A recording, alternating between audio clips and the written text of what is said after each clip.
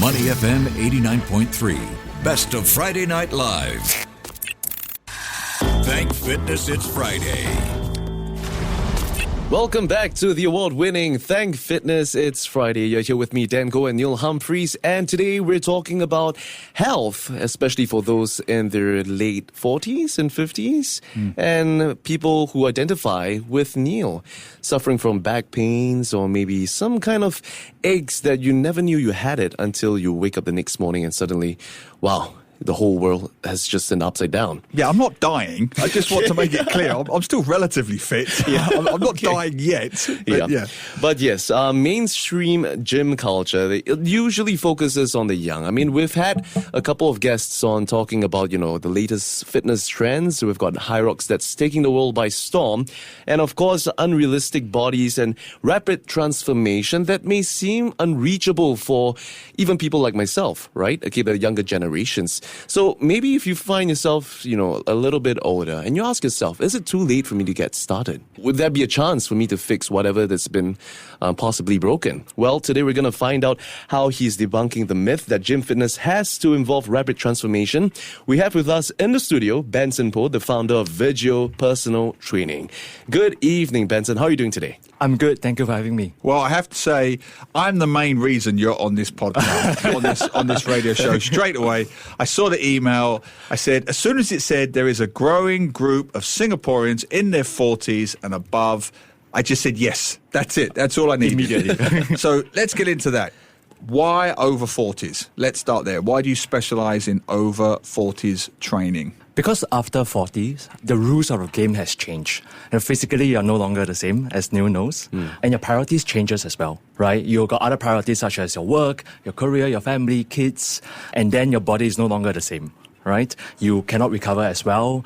Your strength is no longer there. You cannot run after your kids as well as you do. So what happened is your body will need something different from what you are doing when you're in your 20s.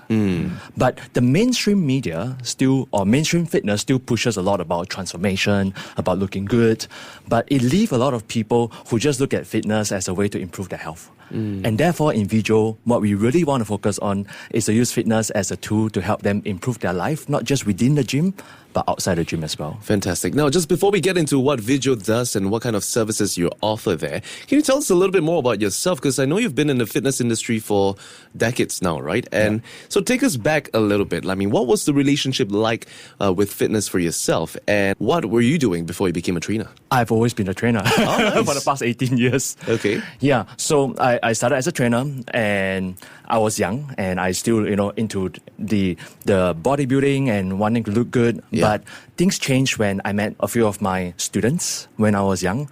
And sometimes I'll be frustrated that they don't see any transformation in their body. But one lady in particular, one day she showed up and then she held my hand. She told me that I've changed her life. Wow. In what way? She feels better. She feels that she can go up and down the stairs without pain. Wow. She feels that her energy is much better. And she said that I may not lose weight, but the things that you have done for me has helped me to be better outside the gym. And that ignited a fire in me to want to use fitness as a tool to help chisel the best health of it. That's wonderful. Yeah. How old was she, roughly? 45, 46-ish. Oh, that's amazing. That's a long time ago. Would you say that society focuses too much on how you look more than how you actually feel? I think so. And I think that it's a lot of time how media really pushes this narrative. Yeah. And therefore, you're leaving, people who just wants to use this to improve their health. And therefore, a lot of people, they don't go to the gym, right? Because they think that the gym is just for young folks. But it's nothing further away from the truth. Because as you get older, fitness becomes more important. Right? As Neil mentioned, say, example, you got left rotator cuff, you got plantar fasciitis, we should pronounce it perfectly. Thank you. And then you got meniscus pain. And how your body is going to be holding up for the next 10, 20 years is going to be far more important than six packs. Yeah. So you've heard, what he's had so far, right? Is that normal? Are the symptoms normal for a 50-year-old? It's very normal. And in fact, some people have far worse than what Neil is experiencing. Hey, you're good. Thank you. So what we want to do for fitness, we cannot say a one-size-fits-all approach. Right? If you use something to train for high rocks when you're in 20s, obviously a lot of people is not going to make the cut. But does it mean that they don't belong to the gym? It means that they have to do something that is customized to their body, that will make sense of them, of their goals and what they want to achieve. Fantastic. We're chatting with Benson Poh, who's the founder of Vigeo Personal Training. Just clarify, is it only for over 40s? Do you specialize in over 40s? You really do, We do, yeah. That's fantastic. So is it, just build a picture for me, is it an actual place? You have a gymnasium that is developed and cultivated for the 40 plus.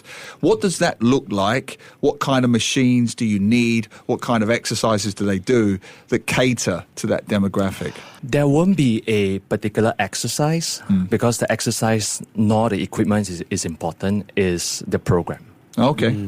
So everybody comes in through the door, we do an assessment, but most importantly, we understand what they want. Because as you can imagine, like maybe a menopausal lady who come in her 50 years old, who wants to lose weight because she's gaining weight, as compared to a 60-something who is coming in because she has osteoporosis, which is very common in our gym, or a 70-something or even up to 80 years old who wants to stay independent so that they don't be a burden to the kids. So all of them have different desires and needs and wants. So what we want to do is to understand them and to create a program using whatever equipment that we have, which is not the most important in our personal training studio, but just to find a program that is suitable for them based on what they want. Because you cannot motivate people. You only can find out their desire and for them to drive themselves. Yeah. Could you tell us a little bit more about what this program entails? I mean, beyond just fitness, diet, sleep, lifestyle, what does it include in that package? It includes everything. Wow. Everything, which is what you do inside the gym, such as training, what you do outside the gym, which is nutrition. Yeah. And then it goes into like your stress, your sleep, your habits. As we all know, habits, make or break you, right? And then we go through a lot of behavioral changes to understand what are the things that they can slowly change and what we call sustainable fitness, so that they can, just like you want to turn the train, right? You cannot turn the train at a 90-degree angle. Yeah. You're going to do it gradually.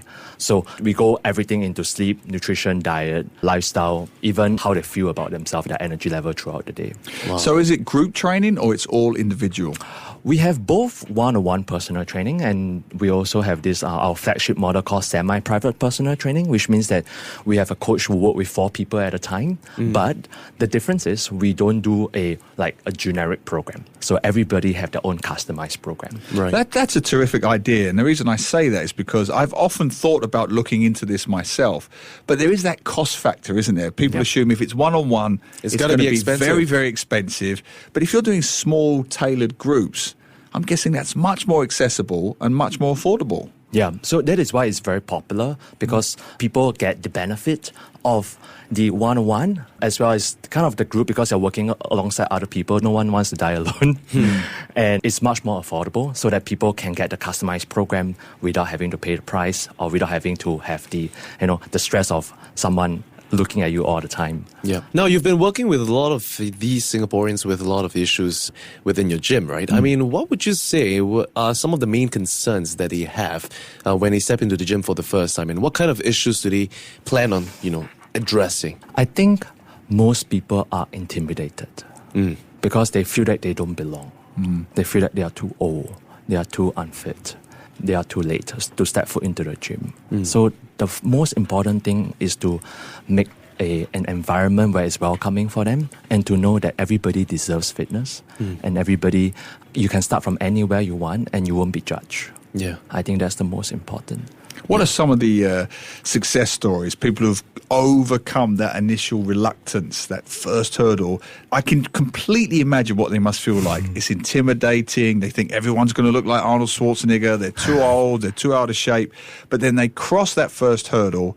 What are some of the success stories you've had? There is a 70-year-old lady who is referred by a doctor, an oncologist. She suffered from cancer. She has severe back pain for many years after the treatment, and she has to wear a back brace.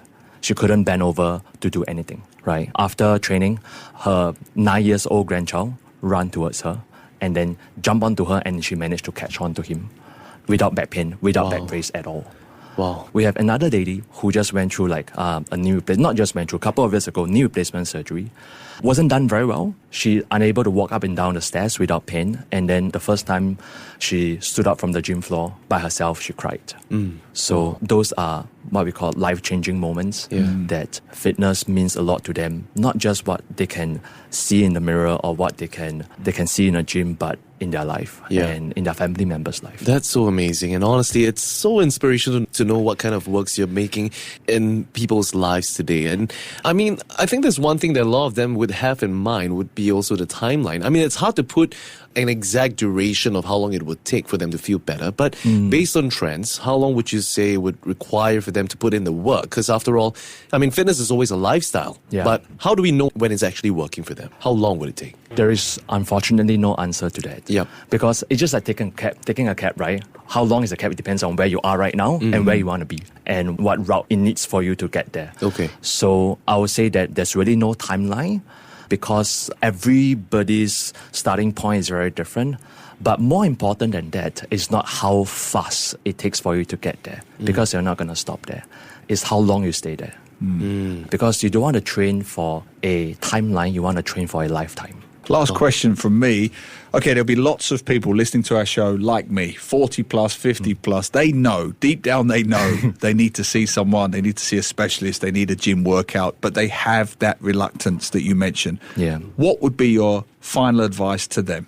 If you're not going to do something for the next 10 years, don't do something for the next 30 days.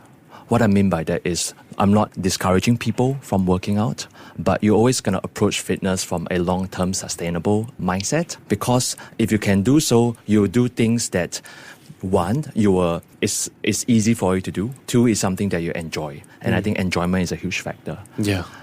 Because once you enjoy something, you keep doing it for the rest of your life. So find something that works for you. I think that's the most important. That's amazing. Perfect. Yeah? After all, it has to form a part of your habit and life, right? Now, Benson, right now, we're going to dive into our Super 6 fitness tidbits. And we've got 6 questions for you. And it's very simple. I just want you to answer the first thing that comes to your head when we ask you, okay? So I'll start. What's your typical weekly gym routine look like? I train twice a week for the last 10 years because ironically, even though I work in the gym, I'm too busy. So twice a week is sustainable for me. And Push-pull? Full body. Oh, nice. I really enjoy that. And then I add in a run in between as well. Nice. Fantastic. What's your favorite healthy meal? I love fish soup. And people tend to think that, because you're healthy, because you're a trainer. No, I just like, I'm kind of like also, I really enjoy something hot and soupy. Yeah. Oh, that's nice. That's a new one. Same. So what's your favorite workout or exercise? You can be specific with this one. Full body. I don't have particularly like one exercise that I like. Okay. I like to go in and to make sure that my full body is being worked out rather than just some part of my body. Nice.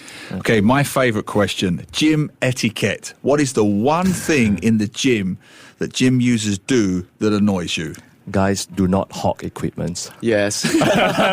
And therefore in Vigeo, right, how we design our personal training studio, we actually have what we call a pod system. Everybody have their own equipments. Nobody, like if you want, everybody have their 10 kgs, everybody have 30 kgs. It's all nice. adjustable. So it's your own place, your own weight, your own space. You don't have to share. You don't have to lie down on sweaty benches so that you can, have a full workout without having to wait for people who hog the equipment. That's amazing. You're going to need that. Look at him smile. Yes. Look at him smile. I like that. Okay, what's your number one health and fitness tip for everyone? Consistency beats intensity all the time. Couldn't agree more.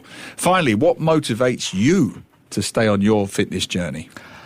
To be a role model for my students. That's the most important thing for me. Perfect. And you heard it firsthand right here on Money FM 89.3 from Benson Poh, the founder of Vigeo Personal Training, talking to us all about what you need to know about getting fit and changing your lifestyle from 40 and above. Thanks for joining us this evening, Benson. Thank you. To listen to more great interviews, download our podcasts at audio.sg or download the audio app. That's AWEDIO, audio at the App Store and Google Play.